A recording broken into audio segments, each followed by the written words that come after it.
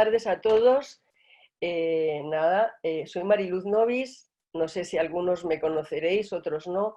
Yo soy psicóloga aeronáutica, acreditada como psicóloga aeronáutica, experta y psicóloga sanitaria. Entonces, para mí, dar este webinar es un placer porque me permite, digamos, que unir las dos cosas que me atraen tanto, que son por una parte la aviación y por otra parte la clínica. Yo lo que siento es que de repente tengo una pantalla aquí que ustedes me estarán viendo, vosotros me estaréis viendo, pero yo no les veo. Así que bueno, me imagino que están ahí. Y antes de empezar, les voy a decir cómo lo vamos a hacer. Vamos a estar como 40 minutos y luego después nos van a quedar 10 o 15 minutos. Al final les pido que se queden porque voy a lanzar unas preguntas que ustedes pueden responder. Y también después, para que puedan ver los resultados, quédense para que vean los resultados de sus respuestas. Y también para que puedan tener oportunidad el que o la que lo desee para hacerme alguna pregunta que la responderé con gusto. ¿Vale? Entonces, esta es la forma en la que lo vamos a hacer.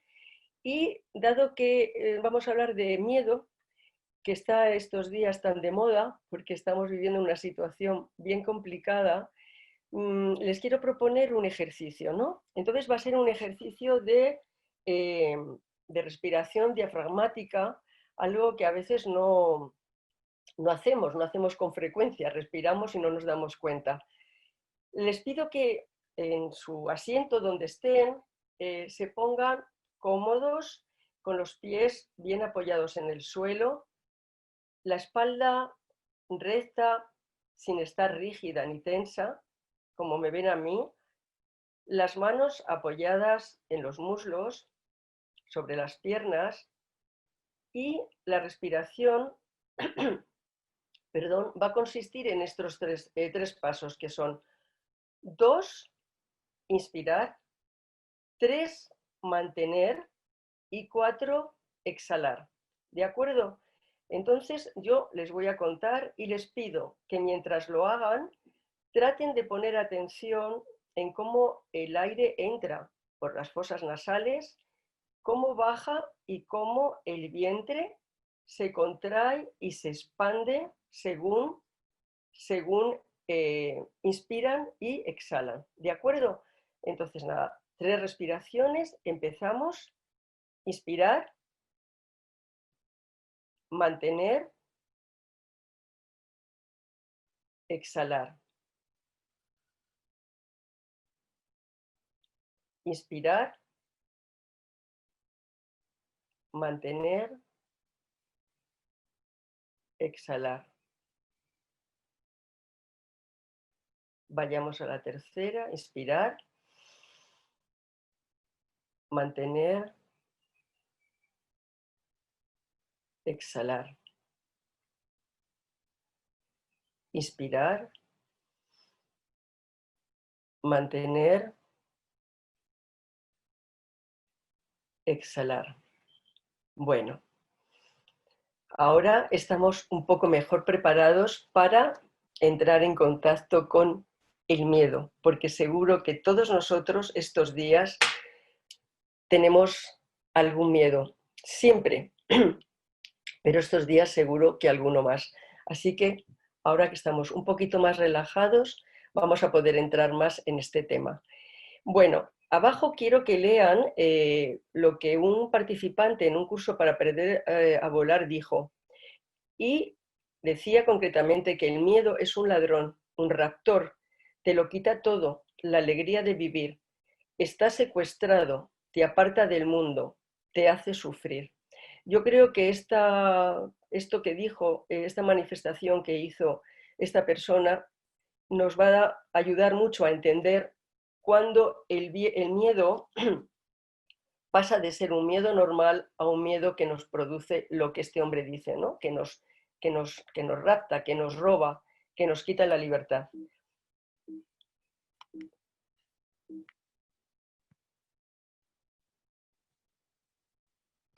Bien, ¿y qué es el miedo?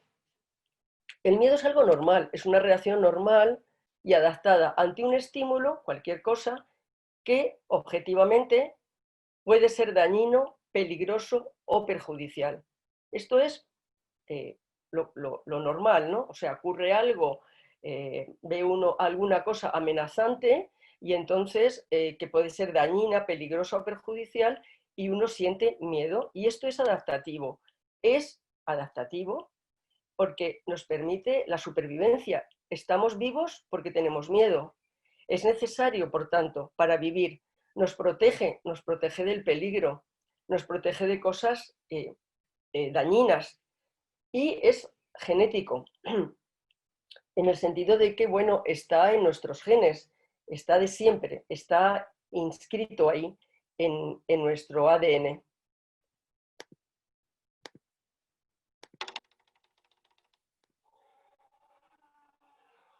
Ya nuestros antepasados a veces tenían que responder a depredadores o situaciones que objetivamente eran muy peligrosas y a veces la respuesta que tenían era o la huida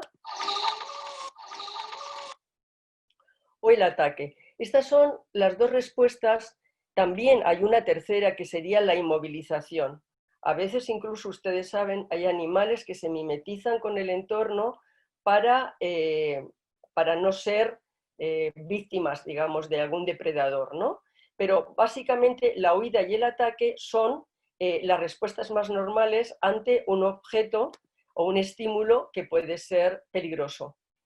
Entonces, cuando esto ocurre, igual que a nuestros antepasados, ahora nosotros no nos sigue un depredador, pero hay muchos riesgos, digamos, en la vida cotidiana. La propia tecnología, podemos tener accidentes en casa, hay mucho tráfico, ocurren muchas cosas, bueno, podemos también ser víctimas de un robo. Hay muchas cosas en la sociedad moderna de hoy que no son un depredador, pero sí que pueden ser un peligro para nosotros. En esos casos, nosotros, ante una situación así, nuestro organismo reacciona exactamente igual que reaccionaban nuestros ancestros cuando eran atacados por un depredador o se tenían que enfrentar a él. Porque, ¿qué ocurre? Lo primero que llega, ante esa señal de peligro, llega una información a la amígdala que está como en nuestro cerebro más primitivo y tarda unos microsegundos en llegar al córtex, al cerebro. En ese momento que llega a la amígdala, lo que se dispara es la adrenalina y el cortisol que ponen al hígado en funcionamiento y todo el azúcar que tiene almacenado se dispara para dar mayor fuerza, digamos, a los músculos, de manera que uno tenga que o atacar o correr, o huir o correr. Entonces, ¿qué ocurre? Cuando alguien tiene miedo, esa activación fisiológica hace que tengan sudoración, opresión en el pecho, vacío en el estómago, temblor, taquicardia, agarrotamiento. Entonces, esto es una cosa normal. A uno, por ejemplo, va y le llama ahora el jefe y uno sube o va al despacho, o ahora a lo mejor no va al despacho, se conecta por teléfono y de repente puedes sentir opresión en el pecho porque temes que te van a decir que no puedes volver al trabajo, que te has quedado sin trabajo. Entonces puedes sentir las mismas cosas, exactamente igual que las sentían nuestros antepasados ante, pues eso, una cosa amenazante para ellos. Ahora, nuestra cabeza da para mucho. A veces o muchas veces el miedo es objetivo, quiero decir, es algo que realmente es peligroso objetivamente, pero todo es también como nosotros lo percibamos. Y el problema es cuando el miedo se convierte en ansiedad. ¿Esto cuándo ocurre? Cuando la persona anticipa un peligro que a lo mejor ni siquiera llega a ocurrir el peligro, pero lo anticipa y pone en marcha estrategias defensivas. La mayoría de las veces son estrategias para evitar el peligro y no estrategias para afrontarlo. El miedo a volar tiene algunas características particulares. Una de ellas es que es intenso. La persona que tiene miedo a volar siente mucho miedo ante todos los estímulos que están relacionados con el vuelo, que puede ser el avión, o puede ser el aeropuerto, o puede ser sacarse el billete, que no son peligrosos en sí mismos. La persona que tiene miedo a volar o otros miedos reconoce que el miedo que siente es excesivo, que es irrazonable y que no lo puede controlar. O sea, no es, es egodistónico, que diríamos los psicólogos, ¿no? No es algo, ellos notan que es una cosa excesiva, incómoda, que les hace sentirse mal. Es estable en el tiempo. Una persona que ha tenido una sola vez y luego vuela bien, no lo podemos considerar que tenga una fobia a volar, ¿no? Una aerofobia que dicen algunos. Y lleva a la evitación generalmente y al alejamiento de todos los estímulos que lo desencadenan. Estas serían las 4 características. Ahora, ¿hay mucha gente que tiene miedo a volar? Bueno, Gabriel García Márquez decía que era el único miedo que los latinos podían declarar, incluso con un cierto aire de machismo, decía, ¿no? Parece que es lo único que uno se podría permitir, porque las mujeres a lo mejor nos podemos permitir más decir que tenemos miedo y los hombres, por la cultura y la educación, puede que se lo permitan menos, ¿no? Pero sí, hay, según este estudio de Forman y Van Herven, perdón, que pertenecen a la Balk Foundation, que es una asociación que lleva muchos años trabajando con el miedo a volar en los Países Bajos. En una de las investigaciones que hicieron, decían que 4 de cada 10 personas tienen o han tenido miedo a volar. Esas personas son o bien gente que vuela con frecuencia, incluyendo incluso a tripulaciones de vuelo, de líneas aéreas y militares, personas que no han volado nunca, pero dicen que nunca lo van a hacer, personas que volaban antes hasta que un día llegó de repente y decidieron evitarlo y no volver, y personas que vuelan, siguen volando, pero con muchísima ansiedad, tratando de que sus viajes sean cortos y lo menos frecuentes posibles, o tomándose pastillas o bebiendo, porque el grado de anticipación les produce tanta ansiedad que tratan también de evitarlo, hacerlo lo menos posible. Ay, perdón, voy a beber agua porque, bueno, ahora, entonces, pero tenemos miedos, decimos que los miedos son algo normal, que encima no es normal solo, sino que es necesario, que es bueno, que es adaptativo, pero a veces algunos miedos se pueden llegar a convertir en un problema. ¿Y cuándo un miedo se convierte en un problema? Cuando de esa emoción natural, de esa respuesta natural, se pasa a que sea una reacción patológica. ¿Cuándo es? Cuando el umbral es mucho mayor de lo tolerable, porque todos tenemos miedo y tenemos un umbral más o menos de adaptación y sentimos miedo y lo vamos resolviendo y nos vamos adaptando y vamos dándole respuestas más o menos adaptativas. Ahora, cuando el umbral del miedo lo hace intolerable, tenemos un problema. Cuando se convierte no en una reacción normal, sino en una ansiedad que se estanca, incluso en una ansiedad generalizada, cuando impide la realización de deseos o de obligaciones o de hacer nuestro trabajo, que en definitiva, cuando limita nuestra libertad. Yo, a las personas que he tratado con miedo a volar, y a veces porque me lo decían ellos, o sea, el tema es que cuando el miedo se convierte en un problema, uno se pone a sí mismo unas esposas, unas bridas se ata, y es uno mismo el que se las pone, hasta que uno se da cuenta de cómo se puede liberar. Es algo que no tiene que ver con el miedo, con el objeto en sí mismo peligroso, sino con la percepción que se tiene de él.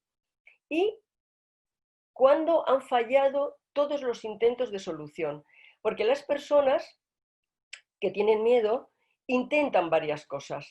Y ahora vamos a ver qué tipo de cosas se intentan, pero llega un momento que fallan esos intentos de solución.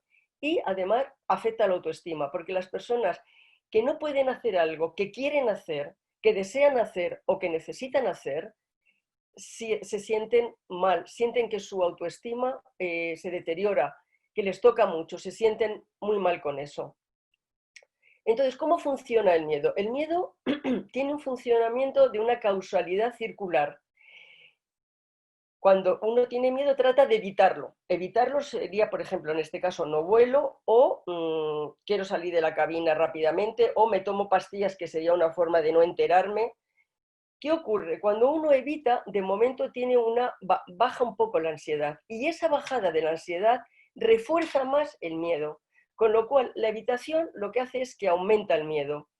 Lo vuelves a evitar, vuelve a aumentar, sigues evitándolo, vuelve a aumentar, y así. ¿Por qué? Porque se convierte en un refuerzo del propio miedo. Por eso, la evitación, que es la respuesta que se da cuando se tiene mucho miedo a algo, es lo que hay que romper. Este círculo que tenemos aquí, en algún lugar se tiene que romper, porque si no, esto continúa, continúa, continúa, y cada vez el miedo es mayor. Ahora, ¿por qué tengo miedo?, se preguntaría uno. Bueno, no voy a hablar aquí de teorías psicológicas para que se entienda todo. Una de las cosas sería por aprendizaje. Hay personas que tienen miedo porque un día, volando, pues tuvieron una turbulencia severa, por ejemplo, y entonces ellos pensaron que el avión se iba a caer, o que tuvieron un incidente, que no podían aterrizar y vieron que el avión se iba al aire y lo intentó varias veces, o una o dos o tres veces, y entonces aprendieron. ¿Qué es eso de aprender? Que se quedaron condicionados a eso, o sea, que ligaron la situación aquella con el miedo que sintieron. De forma que cada vez que se presente una situación similar, se va a evocar el miedo. Eso sería aprenderlo por condicionamiento, y sería por condicionamiento clásico. Y el otro condicionamiento, que nosotros llamamos condicionamiento operante, también es un refuerzo que viene de fuera. Aunque parezca increíble, a veces para algunas personas no volar tiene, entre comillas, beneficios. ¿Por qué? Porque las personas de su familia se interesan, o se interesan en su trabajo, o porque estoy recordando el caso de alguien que no quería ir a una reunión porque le asustaba esa reunión, porque tenía consecuencias para su empresa, y de alguna manera el no poder ir a la reunión era un refuerzo. El condicionamiento operante era un refuerzo también para no ir a la reunión. Después, aprendizaje social. Muchas veces se aprende en los medios, cuando hay un accidente, viendo la televisión, por lo que te cuentan otros que tienen miedo también, por modelado, sobre todo los niños. Los niños pequeños no suelen tener miedo a volar. Cuando los niños empiezan a tener miedo a volar, la mayoría de las veces es porque han sido modelados, porque lo han visto en sus padres, o porque lo han oído. Entonces los niños acaban teniendo miedo. También, que no vamos a entrar para nada en esto, podría tener que ver pues traumas del pasado, personas que tuvieron una situación traumática cuando eran niños, y eso, cada vez que tienen lo que eso les generó mucha angustia, digamos, y a lo mejor esa angustia ahora la han desviado y la han puesto en un objeto, como puede ser un ascensor, como podría ser un avión, y también por temas de apego y separación del crecimiento. Nosotros, cuando tratamos y damos un curso para perder el miedo a volar, no vemos, o sea, nosotros no nos ponemos a hablar de teorías. Esto se lo cuento un poco para que sepan. Nosotros lo que hacemos es ver qué es lo que funciona. Nosotros trabajamos con lo que funciona, y lo que funciona es lo que hacemos. Pero, y eso sí, detrás de un buen diagnóstico. Pero trabajamos aplicamos lo que funciona para reducir el miedo, para superarlo, y no tanto viendo las causas, entre otras cosas porque un curso es algo breve, y si incluso una atención terapéutica individual, las que yo hago cuando lo hago individualmente es una terapia breve, que dura 3 meses por 4 sesiones, que serían 12 veces, y un curso es un fin de semana. Así que no vemos eso, sino que nos ponemos a trabajar sobre lo que funciona. Ahora, entonces, ¿cómo se genera esto? Bueno, se genera siempre por lo que pensamos. ¿Cuál es nuestra percepción de la realidad? Por ejemplo, un perro puede ser el mejor amigo del hombre, o puede ser un animal de 4 patas que tiene unos dientes afilados que nos puede morder. Así que nuestros pensamientos hacen que una realidad que objetivamente no es peligrosa se perciba como amenazante. Después, son exactamente ideas creadas por uno mismo, o sea, nosotros creamos esas ideas, y algunas tienen que ver con disonancia cognitiva. Ahora les voy a mostrar alguna. La disonancia cognitiva sería: ¿qué hacemos para que nos casen las cosas en la cabeza que son disonantes? que realmente no podrían casar. Hacemos algunas cosas para convencernos de que nuestros pensamientos son oportunos para la realidad que tenemos que afrontar.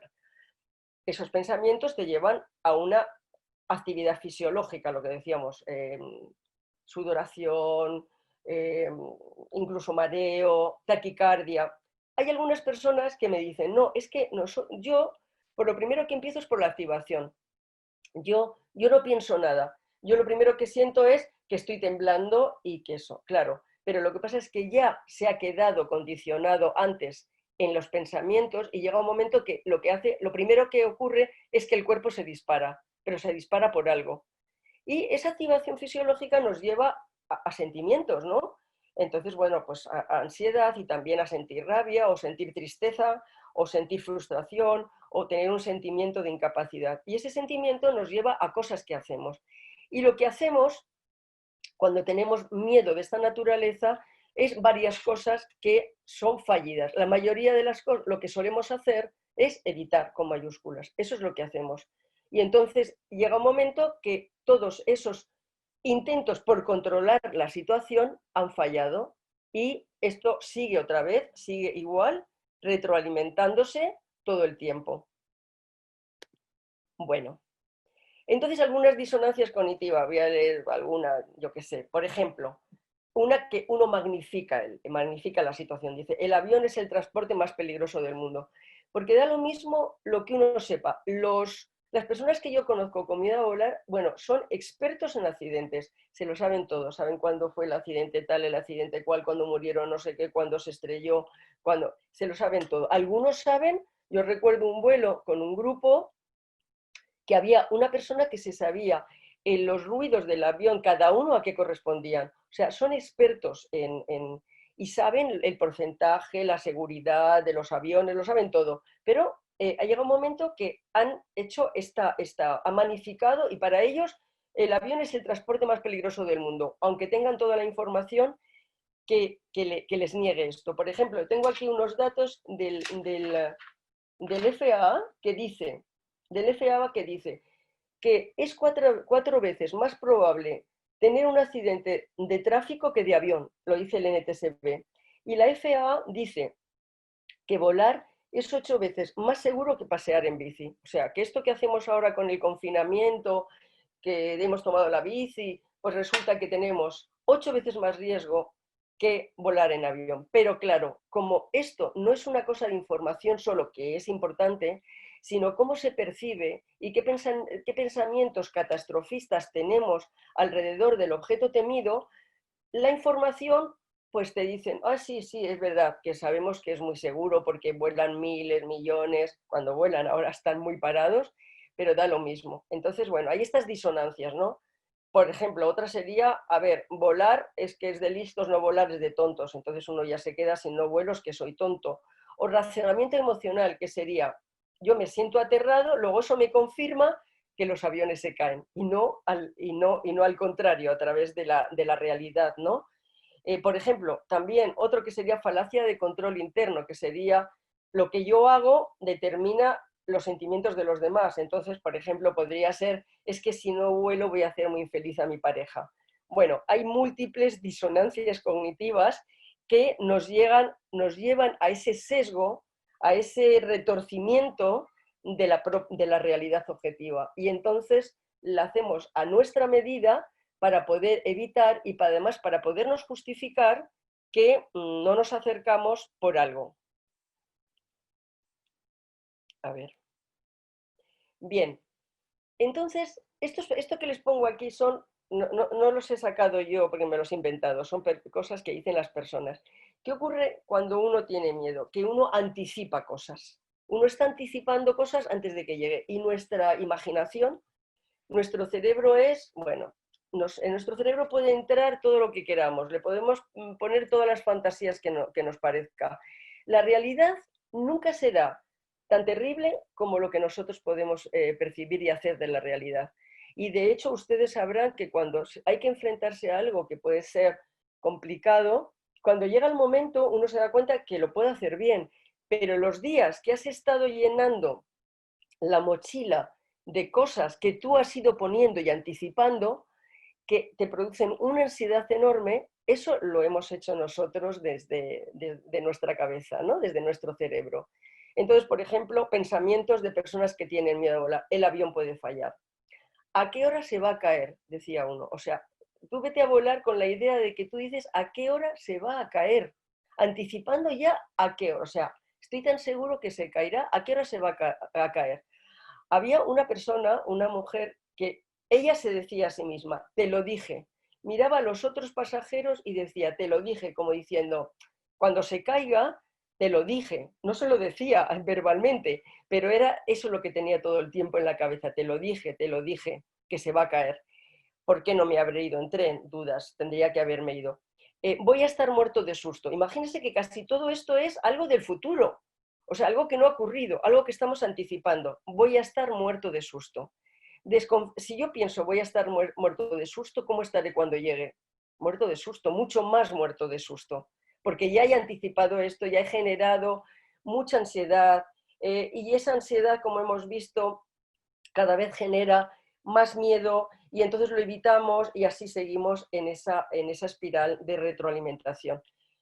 Algunos, no es una cosa tan normal, pero hay algunas personas que dicen, bueno, yo es que además no me fío porque tuve una situación que me parece que los pilotos no lo hicieron bien, así que yo desconfío de las habilidades de los pilotos cuando vuelo. Tendré un ataque de pánico. Esto sería miedo al miedo. Esto es, yo siempre digo que en esto de miedo a volar hay dos cosas básicas. Unos son los que tienen miedo a morir y otros son los que tienen miedo a matarse. Los que tienen miedo a matarse, lo que tienen miedo es que el avión se caerá, ellos estarán en el fuego, les recuerda lo que han visto en la televisión y todas esas cosas horribles. Los que tienen miedo a morir son aquellos que están anticipando que cuando entren en un avión, por ejemplo, no podré respirar, me quedaré sin oxígeno, no podré escapar. Y entonces estas personas lo que tienen es miedo a morirse, o sea, lo que tienen es que cuando entren en un avión, se cierre la puerta, se queden sin oxígeno y no puedan respirar, se cerrará la puerta y nadie les podrá ayudar y entonces podrán morir. Eso sería un poco los dos grandes grupos.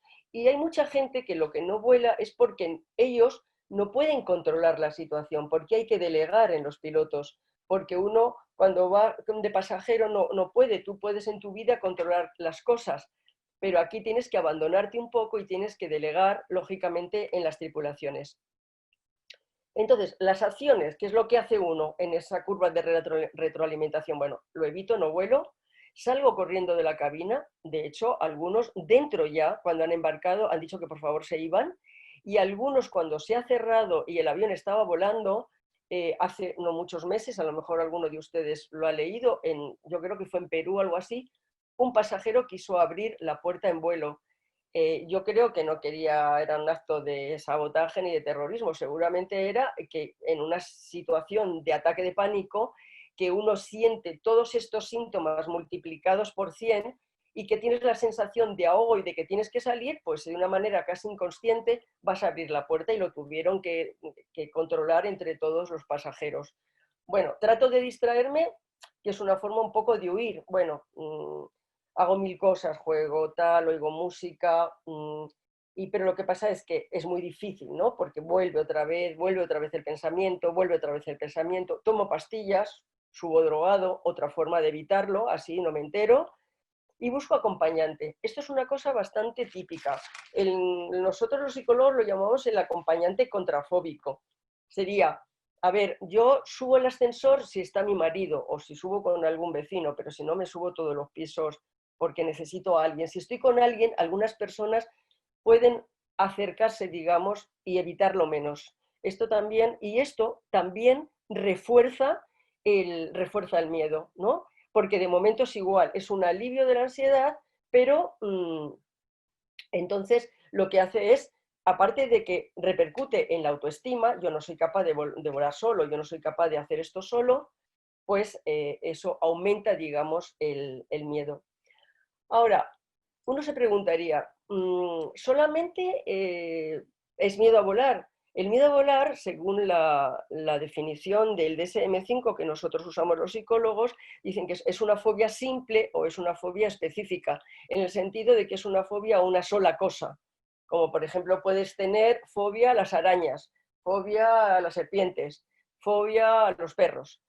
El tema es que si yo tengo miedo y me he encontrado una araña en mi baño, bueno, pues la pobre arañita me es fácil quitármela del medio. Serpientes no he visto en toda mi vida una, pues si no vivo en la selva va a ser fácil. Los perros a lo mejor voy y me cambio de acera o miro a ver si lo llevan atados. Pero hay algunas otras cosas que, no, que me impiden, que están en el día a día, lo que estamos hablando antes, y que me limitan, ¿no? Que me limitan.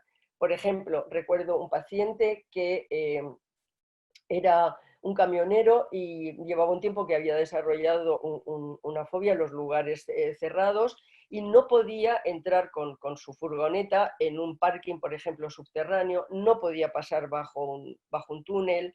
En el caso de esta persona sí que fue por una situación traumática que había vivido. Ese sí que fue, no en la infancia, sino que un día en una fiesta, digamos, pues le ataron las manos para hacer una broma con un cinturón y cuál sería el estado de ansiedad y de horror que le dio que rompió el cinturón. Y desde entonces él no podía estar en ningún lugar cerrado, ¿no? Bueno, pues muchas veces el miedo a volar está unido a otras cosas. Por ejemplo, hay gente que dice, tiene miedo a volar, pero es que también tiene miedo a las alturas. Y claro, un avión va alto y no pueden, si van en la ventanilla que ven, pues irían más en el pasillo. Miedo a estar encerrado, muchos, o sea, es que me cierran la puerta, ahí qué me va a pasar, yo no la puedo abrir, esto sería esta claustrofobia, ¿no? También miedo a alejarme de casa. Eh, y esto tendría un poco que ver con eso que hablábamos antes del apego, ¿no?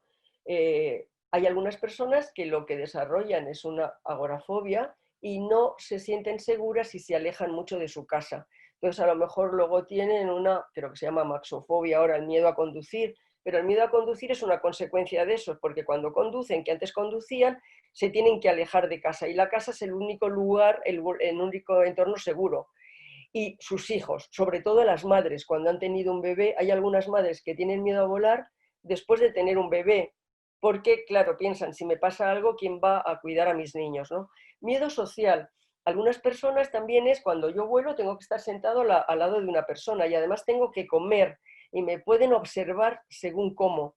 Y entonces este miedo también puede estar unido al miedo a volar. Miedo a molestias físicas. Esto puede ser que alguna persona ha tenido en la despresurización un dolor de oídos muy, muy grande o le ha pasado, ha tenido o le ha ocurrido algo físico de mucho malestar o de mucho dolor volando y eso también hace que haya unido esto al hecho de volar y tenga miedo. Miedo a perder el control, a no poder, a ver que si de repente pierdo el control en un avión, qué es lo que puedo hacer, qué es lo que me va a pasar. Miedo a la oscuridad, incluso en un vuelo transatlántico volar de noche, miedo al agua, pasando en un vuelo hacia América o de América aquí a Europa, y miedo a morirse. Y el peor de todos, que es miedo al miedo. Este es el miedo más grande, es el miedo a tener miedo. Es el miedo en el que uno está anticipando que vas a tener miedo y tus pensamientos cada vez van aumentando más y el miedo puede generalizarse a muchas otras cosas de la vida, limitándote en tu capacidad para vivir. Bueno, ahora estamos con un virus. Los europeos estamos en lo que se llama ahora la desescalada, que estamos aprendiendo no sé cuántos conceptos y estamos empezando a salir un poco de casa, ya el confinamiento ya no es como antes, ya tenemos horarios, ya tenemos... Pero ahora, en América todavía están ustedes, en Brasil, si me oye y me está viendo mi amiga Conce, están esperando que llegue el pico sigue subiendo para luego la bajada, el pico famoso. Quiero decir, esto es una situación nueva, es una situación que nunca hemos vivido, es una situación que que nos ha puesto en situaciones desconocidas totalmente para todos, que nos ha confinado, nunca nos había pasado algo igual, que se ha parado la economía, que ahora se tiene que volver a reactivar con distancia social y todo eso crea mucha incertidumbre, lo cual es lógico y es normal y hay que aprenderla a gestionar, pero puede producir miedo. Yo ayer hablaba con un amigo mío piloto y le decía, oye, mira, voy a dar esta webinar sobre miedo a volar. Y él me decía, mira, yo lo que tengo es miedo a no volar. Yo lo que tengo es miedo a quedarme sin trabajo. Entonces, claro, la incertidumbre, el no saber exactamente qué va a pasar, no es fácil. Se puede y claro que hay formas de poder gestionar la incertidumbre. Pero ahora, ¿aumentará en los pasajeros miedo a contagiarme? Ya están preguntando por ahí por qué no se guarda la distancia. Parece que en la Agencia Europea de Seguridad Aérea se ha decidido que no es necesario guardarla, que por eso hay que llevar mascarilla y que además el flujo de aire, que si ustedes quieren algunos saber más, puede entrar en cualquier línea aérea. En Iberia, por ejemplo, en la página de Iberia se lo van a explicar un técnico súper bien, pero igual, si en mi cabeza yo sé que me puedo cuidar, pero yo tengo miedo al contagio, pues entonces, si yo tenía miedo a volar antes, puede ser que ahora esto todavía me sirva más para justificarme y decir, claro, no puedo volar porque encima me voy a contagiar, ¿no? O desconfío en cómo van a estar los aviones, la seguridad de los aviones para que no me infecten otros pasajeros, o incluso la tripulación, cómo va la tripulación, cómo me sirven el refrigerio, habrá suficiente higiene en los aseos, en los asientos, todo esto puede generar. Pero lo que yo quiero decir es que necesariamente no tiene por qué añadir más a la percepción que uno tiene. Uno puede ir sumando cosas, pero estaríamos hablando de lo mismo. De hecho, hace unos días estuve en una webinar de una asociación española, de una ciudad española, sobre el trastorno obsesivo compulsivo. Porque una de las cosas que preguntábamos nosotros es, bueno, pero ¿y la gente que tiene un trastorno obsesivo compulsivo de limpieza y que ahora le dicen que se tiene que estar las manos todo el tiempo?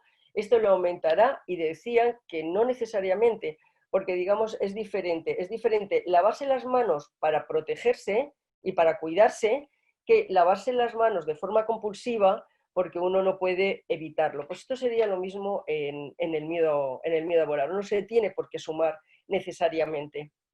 Ahora, ¿puedo superarlo? Bueno, sí, sí, se puede superar. Hay técnicas que funcionan. También depende de cuál sea el origen. Si ha sido aprendido, es mucho más fácil. Si lo que hay, digamos, que es algo que tiene que ver con una situación que viene de muy atrás, donde hay otras muchas cosas y que se ha puesto, la angustia se ha desviado, digamos, en el avión, seguramente será más complicado. Pero bueno, lo primero que habría que hacer sería cambiar el relato. Eso que nos hemos escrito, eso que nuestra cabeza le hemos dicho a nuestro cerebro y nuestro cerebro lo ha aprendido también. Si a nuestro cerebro le decimos esto es peligroso y se lo decimos y además nuestro cuerpo genera una serie de respuestas fisiológicas, nuestro cerebro se lo cree. Si a nuestro cerebro le cambiamos el relato, nuestro cerebro cambia. Pero nosotros somos los que le estamos dando esas órdenes al cerebro con el relato que hemos escrito, con la historia que hemos escrito sobre lo que es volar en un avión o lo que es cualquier otro miedo, cualquier otra fobia. Después, es bueno poder saber cuáles son mis disonancias, qué es lo que yo hago, qué es lo que yo desvío, cómo yo trastoco el pensamiento para hacerlo sintónico, en sintonía, que esté en sintonía conmigo, aunque no tenga ningún sentido, ¿no?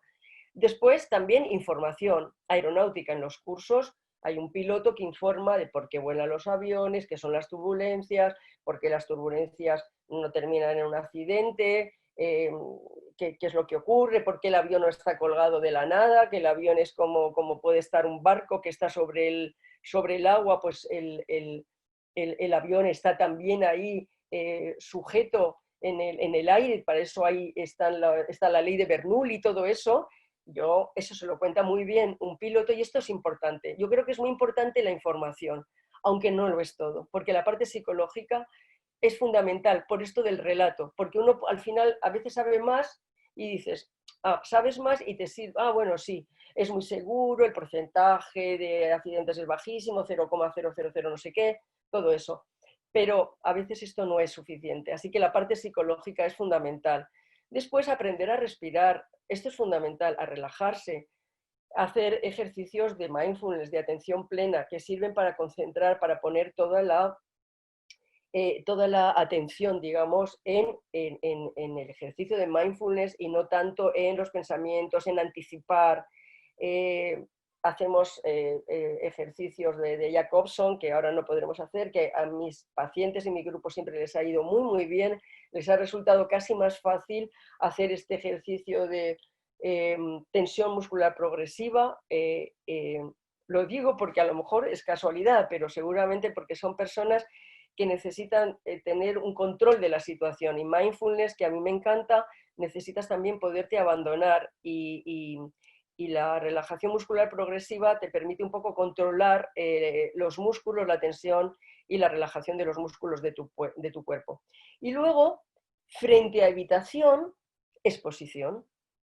O sea, si hemos dicho que evitar lo que hace es aumentar el miedo, entonces, ¿qué es lo que hay que hacer? Hay que acercarse progresivamente al objeto temido. Eso es exponerse. Y entonces, ¿cómo lo hacemos? Lo hacemos por realidad virtual. Ahora les cuento un poco. Lo hacemos en una maqueta de cabina de pasajeros, pero no es una visita. No hacemos solo una visita por allí, no. Hacemos ejercicios dentro de la cabina, porque la cabina ya cada vez es algo que nos aproxima más a lo que será la cabina de un avión que está volando. Entonces, hacemos ejercicios dentro de la cabina de pasajeros y finalmente en el simulador de vuelo la persona entra, pero no a visitar el simulador, a ver cómo es, qué es lo que se hace en otros cursos, no. No es a visitar el piloto a decir, mira qué bien volamos, todo es muy seguro, no, sino también es a poder volar, a poder sentir lo que es el vuelo y aprender un poco y sentirse parte de eso, y eso le ayuda mucho a perder el miedo, ¿no? A lo que no ven, a los pilotos que están ahí en la cabina que no ven. Y bueno, muchas más cosas. Hoy no está una amiga, una colega mía, no ha podido estar, que se llama Carmen Linares. Ella hace ejercicios de PNL, de programación neurolingüística, y yo también utilizo algunas cosas que son paradojas terapéuticas de Giorgio Nardone, que me van muy bien, que van muy bien a las personas que tienen miedo a volar, pero bueno, no podemos dedicarnos tiempo aquí porque creo que además me estoy pasando. Entonces, bueno, aquí algunas cosas que, como estará colgado, lo podrán ver después. Eso de cambiar el relato, pues eso, ver cuál es la evidencia a favor y en contra de pensar que volar es peligroso, qué otras alternativas hay, qué implicaciones tendría pensar si en todo caso hasta esta explicación que yo tengo fuera correcta. Por ejemplo, si yo lo que creo es que volar es peligroso, que cuando vuele dentro de un avión me va a dar un ataque de pánico, a lo mejor ¿qué es lo que ocurriría si tuvieses un ataque de pánico? Yo cuando he trabajado con personas que tienen miedo a volar por esto, hemos hecho cosas que les han ido muy bien, pudiendo imaginarse precisamente que iban a tener un ataque de pánico dentro del avión. Después, pues, bueno, en definitiva, además, ¿qué utilidad tiene pensarlo? ¿Sirve para algo pensar? Luego está otra técnica también que se llama BCDE, porque es Activating Events, Beliefs, Consequences, Debate y efectos. O sea, lo primero sería cuáles son esos estímulos, ¿no? Volar en avión. Después, cuáles son las creencias que yo tengo, que volar es peligroso. Entonces, cuáles son las consecuencias de pensar así, de esa cosa, de ese relato que yo me he hecho. Pues que si me vuelo me mataré, que si vuelo me mataré o me moriré. ¿Cuál es el debate que podríamos tener? Tu creencia de que volar es peligroso y no el hecho de volar es la causa de que pienses que te matarás, o a lo mejor tienes que cambiar esto y darte cuenta de que es tu creencia y no el hecho de volar. Y finalmente los efectos, que si cambias el mediador, volar puede ser una cosa totalmente diferente, pero está claro que hay que cambiar el mediador. Y esta es la exposición a la realidad virtual a través de unas gafas de 3 dimensiones. Ahora, además, esto del COVID nos ha venido muy bien para todos, porque resulta que si el paciente tiene un Android, porque está hecho para Android, y unas gafas de realidad virtual, podemos enviar y podemos trabajar algunas escenas a distancia. con lo cual esto antes no se podía hacer y ahora es una maravilla. Y esto no solamente que les pongamos, hay escenas, bueno, desde que la persona está en la casa, hay una televisión, en la televisión se dan noticias, uno puede elegir la configuración, puede ser de día, puede ser de noche, se ve aquí, bueno, si es de día, si es de noche, puede llover, vamos poniéndolo, vamos empezando por lo más sencillo y lo vamos poniendo cada vez más complicado. Finalmente, en la televisión lo que pueden decir es que ha habido un accidente. Después nos llevan en taxi. Yo también lo que hago, como hay otros escenarios en la plataforma, a veces les hago que los pacientes vayan conduciendo y utilizo algunas escenas que hay para perder el miedo a conducir. Y van conduciendo ellos por la autovía, por las calles y después, bueno, se llega al aeropuerto, se llega a la puerta de embarque, aquí se pueden hacer varias configuraciones también, que pueden estar mirando al panel, que pueden entrar luego por el finger, que llegan cuando la azafata o el personal de tierra les está dando los billetes y están ya preparados para entrar por el finger, en fin, todo ese acercamiento hasta que llegan al avión, ¿no? En el avión se puede elegir qué asiento, si vas con más gente o menos, y de lo que se trata es de que la persona se meta en el papel, aun sabiendo que esa no es la realidad total, que es una realidad virtual, pero fíjense que nosotros también tomamos algunas medidas que son la respuesta psicogalvánica de la piel y entonces a veces les provoca muchísima ansiedad, lo cual es muy buena señal. Creo que ando fatal de tiempo y Ana me llamará la atención de un momento a otro. Bueno, esto sería, ¿no? Como se hace. Y luego la exposición. Esta es la cabina de pasajeros de Global Training Aviation y el simulador. Bueno, y este es un testimonio de una persona que se lo leo aquí porque nos ayuda o ayuda a todas las personas que tienen miedo. Lo que dice: quiero agradecer el esfuerzo y dedicación para ayudarme a superar esta situación que llevaba arrastrando desde hace más de 19 años y que pensaba era insalvable. Pero es necesario tesón, confiar en los demás, dejarse ayudar, luchar y a por ello. Bueno, pues hasta aquí. Hay un curso, pero creo que lo han visto cuando han entrado aquí. De cualquier forma, si quieren, pueden pedir información a Jaime o me pueden pedir información a mí. Bueno, pues deciros a todos, veo que hay aquí algún amigo, qué suerte, qué pena no poder veros, que nada, que estoy encantada, que si alguien, yo creo que tenemos que aprovechar esto que hemos aprendido ahora del confinamiento, de los webinars, de todo esto, y bueno, vamos a ver si en GTA podemos hacer alguna cosa un poco entre medias del curso clásico, y así que si están interesados, comuníquense con Jaime o conmigo porque vamos a ver qué podemos hacer. ¿De acuerdo? Y muchas gracias Ana Vicens y Jaime por vuestra ayuda técnica, por estar allí, ahí detrás apoyándome, y gracias a todos por vuestra participación, que estoy encantada. Un saludo grande desde España.